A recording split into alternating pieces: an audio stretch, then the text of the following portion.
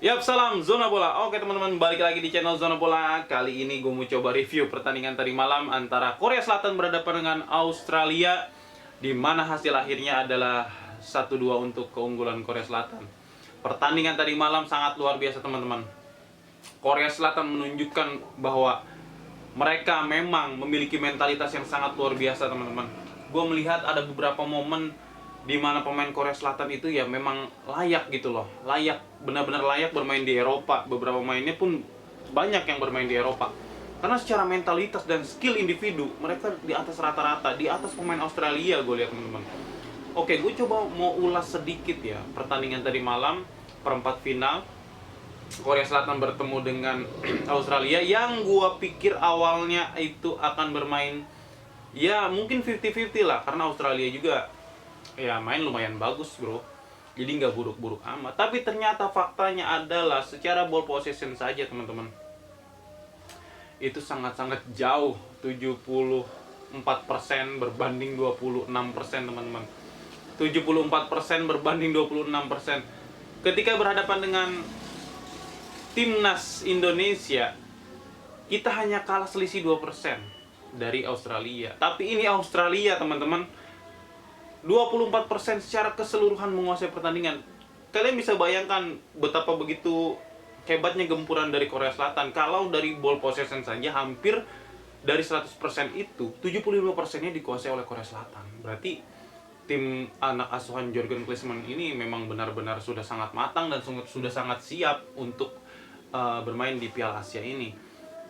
Kita sama-sama tahu teman-teman, sebelum kita bahas dari statistik pertandingan tadi malam, bahwa beberapa pemain Korea Selatan itu memang bermain di top Eropa. Dan gua sebagai pecinta sepak bola gitu ya, maksudnya ya mengamati sedikit-sedikit gitu liga-liga top Eropa, gua mengikuti loh beberapa pemain dari perkembangan dari pemain Korea Selatan ini. Salah satunya ya mungkin kita udah nggak, buat para penggemar Premier League udah nggak bakal aneh dengan nama Son Heung-min. Son Heung-min ini dibeli dari Hamburg oleh Tottenham Hotspur. Ya memang posisinya, Schalke.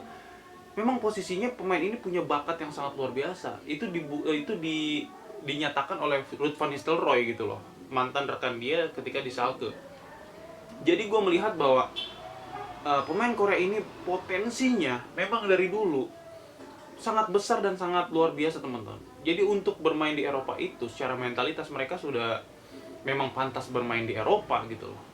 Sebut saja ada Son Heung-min main di Tottenham Hotspur, kemudian ada Kim Min-jae yang bermain di Bayern Munchen, ada Hwang Hee-chan yang bermain di Wolves, yang dulunya Wolverhampton Wanderers, sekarang berubah nama menjadi Wolves. Kemudian ada lagi Kim Min-jae, kemudian Kang In-lee yang bermain di Paris Saint-Germain. Jadi secara mentalitas mereka sudah sangat-sangat terbentuk dan sudah sangat-sangat kuat gitu loh. Kemudian bertemu dengan tim-tim seperti levelnya Australia gitu loh, yang mereka sering lawan di Eropa. Jadi sebetulnya kan secara postur dan ras Australia itu harusnya masuknya ke zona Eropa sebetulnya. Idealnya gitu loh, bukan di Asia. Tapi ketika dia berikan pilihan oleh FIFA mau masuk ke zona mana gitu, pasti dia memilih Asia. Dia pikir potensi untuk mendapat banyak gelar di Asia gitu loh. Karena kalau dia masuk ke zona Eropa, gue rasa kesempatan untuk masuk Piala Dunia pun sangat kecil gitu loh bagi Australia. Jadi oleh karena itu dia pilih untuk masuk ke zona zona Asia. Dan di situ dia pikir semudah yang dia bayangkan gitu loh. Dia nggak tahu kekuatan Jepang, Korea Selatan, Iran, Irak, semuanya punya tim-tim yang bagus-bagus juga teman-teman. Bahkan Indonesia pun, kalau melihat dari pertandingan kemarin kita terakhir bertemu dengan Australia, gue rasa level kita nggak jauh-jauh amat sama Australia, meskipun cara peringkat berbeda 121 loh, gitu loh. Jadi gue rasa pertandingan tadi malam memang layak sekali Korea Selatan untuk lolos di perempat final Piala Asia ini. Dan gue memang menjagokan, selain timnas ya kita fair-fairan aja gitu, sebagai fansnya, sebagai orang Indonesia pasti mendukung yang terbaik untuk tim nasional Indonesia. Tapi secara fakta dan realita, kekuatan sekarang yang ada di Asia memang didominasi oleh dua negara, selain dari mungkin nanti ada 3 atau 4 lah gua tambahin. Yang pertama itu Jepang, teman-teman. Kemudian kedua memang Korea Selatan. Dari awal gue memang sudah mengunggulkan negara ini gitu loh, karena secara kapasitas dan kualitas sudah tidak perlu diragukan lagi. Pemain-pemainnya banyak bermain di Eropa. Kemudian secara prestasinya juga sudah tidak perlu diragukan lagi. Secara peringkat FIFA mereka ada di hampir di 20 besar atau di 30 besar peringkat dunia. Itu sangat luar biasa untuk zona Asia. Jadi gue rasa kemungkinan besar kalau melihat dari Bagan, feeling gua Korea Selatan akan bertemu dengan Jepang tanpa mendahului Tuhan ya. Maksud ini hanya prediksi gua, karena secara kekuatan itu sangat, melihat dari lawan-lawannya sangat jomplang. Gua rasa bahwa Korea Selatan akan bisa dengan mudah mengalahkan Jordania, karena Jordania sudah lolos ke semifinal terlebih dahulu setelah tadi malam mengalahkan Tajikistan, teman-teman. Jadi Korea Selatan akan bertemu dengan Yordania di semifinal. Kemudian ada pertandingan lagi di perempat final, yaitu Uzbekistan berhadapan dengan Qatar. Kemudian Iran bertemu dengan Jepang. Jadi mungkin tidak mudah bagi Jepang menghadapi Iran, karena mereka berdua memang favorit juara. Tapi secara kualitas dan mentalitas, gue rasa Jepang masih sedikit di atas Iran. Dan feeling gue, kalaupun nantinya akan lolos Jepang akan bertemu antara Uzbekistan dan Qatar. Jadi menurut gue secara kualitas harusnya ketika Jepang berhasil menyingkirkan Iran nanti, atau sebaliknya lah, Jepang disingkirkan Iran, tim kedua negara ini yang akan lolos ke final. Itu feeling gue, prediksi gue, teman-teman. Jadi ya kalau dibilang ideal nggak ideal final, ya gue bosan sebenarnya lihat final di Asian Games Korea Jepang. Kemudian di Piala Asia juga Korea Jepang beberapa kali ketemu. Meskipun nggak sering, tapi beberapa pernah ketemu. Dan gue lihat bahwa potensi itu akan ada lagi. Potensi untuk final antara Korea Selatan dan Jepang itu akan ada lagi. Kemungkinan besar kalau Jepang berhasil mengalahkan Iran nanti malam, kemungkinan besar mereka akan bertemu dengan Korea Selatan di final. Itu feeling gue, teman-teman. Oke, kita lanjut ke pembahasan pertandingan tadi malam, teman-teman. Dimana tadi malam Australia bermain sangat, apa ya, gue lihat mungkin tegang iya gitu loh, karena yang dihadapi adalah Korea Selatan, teman-teman. Melihat Korea Selatan seperti apa ya, mereka tahu gitu loh, wah ini tim bukan tim sembarangan, tim langganan Piala Dunia sama seperti mereka, tapi secara kualitas Korea Selatan secara peringkat pun di atas mereka gitu loh, di atas Australia gitu loh. Jadi pemain Australia itu ya bermain sangat hati-hati sekali dari menit awal sampai ke pertengahan menit, sekitar menit 30 gitu loh. Sampai akhirnya pada menit ke-40 Godwin berhasil memanfaatkan satu peluang yang berhasil mereka create melalui winger mereka. Kemudian ada umpan terobosan masuk ke kotak penalti Korea Selatan, dan Godwin berhasil melesakkan satu gol. Dan itu satu-satunya peluang dari Australia yang berhasil menghasilkan gol gitu. Dan itu bertahan sampai menit 90 plus 4, teman-teman. Dari awal pertandingan babak kedua, mereka benar-benar digempur oleh Korea Selatan, teman-teman. Dan ketika nonton pertandingan tadi malam, gue punya feeling bahwa gol ini tinggal nunggu waktu.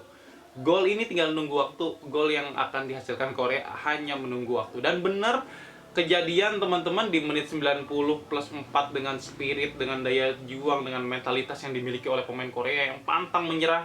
Itu yang perlu tim nasional kita contoh, pantang menyerah, teman-teman, Korea Selatan. Dan akhirnya di menit 90 plus 5 Son Heung-min dilanggar oleh Miller, pemain Australia, di kotak penalti. Dan menurut gue itu benar-benar murni pelanggaran, dan itu murni penalti karena terjadi kontak terhadap Son Heung-min, dan eksekutornya adalah Hwang Hee-chan, pemain striker dari Wolves ini, dengan sangat percaya diri memasukkan gol di menit 90 plus 5. Jadi teman-teman, kejadian ini terulang lagi ketika Korea Selatan berhadapan dengan Saudi Arabia 2 hari atau 3 hari yang lalu. Kemudian Australia mengalami hal yang sama seperti Korea Selatan. Bedanya, ketika bertemu dengan Saudi Arabia, mereka sampai ke adu penalti, tapi ketika berhadapan dengan Australia hanya sampai babak extra time saja. Australia tidak sanggup untuk menahan gempuran Korea Selatan, teman-teman. Dan di menit 105 atau 106 gitu kalau gua nggak salah, oh sorry, ya 105, itu O'Neal mendapatkan kartu merah karena melakukan pelanggaran yang sangat keras, teman-teman, kepada Hwang Hee-chan. Menggunakan dia melakukan tackle menggunakan alas kaki atau kaki bawah. Full kaki itu nggak boleh, teman-teman. Di aturan FIFA itu sangat sangat dilarang karena potensi akan mencelakai lawan sangat besar, bisa patah kaki, teman-teman, dan itu akan menghancurkan karir seseorang. Jadi FIFA membuat aturan atau regulasi yang sangat ketat terhadap beberapa pelanggaran yang akan mengakibatkan kartu merah gitu, dan salah satunya adalah menggunakan kaki bawah, dan itu sangat jelas sekali sudah dipastikan itu kartu merah ketika gue lihat tayangan ulangnya, dan feeling gue ini akan kartu merah, dan betul langsung diganjar kartu kuning kedua dan kartu merah, teman-teman. Jadi bukan kartu kuning. Jadi awal wasit memberikan kartu kuning, kemudian pemain Korea Selatan meminta challenge gitu loh, VAR.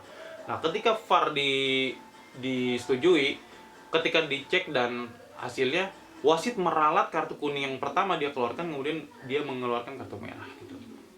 Jadi pertandingan tadi malam sangat pure, murni, Korea Selatan sangat menguasai, dan wajar dia menang, wajar dia lolos ke semifinal, dan gue menjagokan dia untuk bisa masuk final karena dia di semifinal akan bertemu dengan Yordania, di mana secara di atas kertas hitung-hitungan statistik harusnya Korea Selatan bisa menang mudah lawan Yordania. Tapi kita tidak tahu, di sepak bola Yordania juga permainannya sedang grafiknya sedang meningkat, jadi hitung-hitungannya masih 50-50 lah. Tapi kalau secara kualitas gue masih menjagokan Korea Selatan untuk bisa lolos, dan lawannya di final kemungkinan besar akan bertemu dengan Jepang, teman-teman. Kalau Jepang berhasil mengalahkan Iran, teman-teman, syaratnya itu, ketika Jepang mengalahkan Iran, kekuatan Jepang tidak akan terbendung oleh lawannya di semifinal yang berikutnya. Artinya ketika berhadapan Uzbekistan pasti masih diunggulkan Jepang, atau bertemu dengan Qatar pun Jepang masih di atas mereka. Gitu, teman-teman. Oke, teman-teman, mungkin itu aja info yang bisa gue bagi. Kemungkinan besar menurut gue nanti malam yang akan lolos Jepang menang lawan Iran, dan Qatar bisa menang lawan Uzbekistan. Tapi kalau untuk pertandingan Qatar dan Uzbekistan, gue masih 50-50 sebenarnya. Sebenarnya gue masih melihat bahwa kekuatan Uzbekistan juga sangat luar biasa, teman-teman. Jadi ya mungkin ada faktor tuan rumah gitu loh yang bisa membuat Qatar lolos dengan spirit atau dengan dukungan. Ya mungkin menurut gue menang tipis lah kalau dari Qatar Uzbekistan. Tapi gue tidak menutup kemungkinan bahwa Uzbekistan bisa lolos ya, teman-teman. Tapi kalau untuk Iran dan Jepang, gue menjagokan Jepang untuk bisa lolos. Meskipun Iran adalah lawan yang kuat, lawan yang tangguh. Bahkan beberapa pengamat bilang bahwa ini adalah final yang kepagian, teman-teman. Oke, jadi kita nikmati saja Piala Asia tahun ini. Dan gue akan tetap update beberapa berita. Kalau gue sempat, gue akan update tentang Piala Asia. Ada beberapa berita tentang Premier League, tentang Manchester United juga. Gue sebetulnya mau bikin video itu, teman-teman, tapi karena waktunya gue nggak ada, ya mungkin baru ini aja yang bisa sempat gue informasikan kepada kalian, teman-teman. Oke, terima kasih, salam Zona Bola.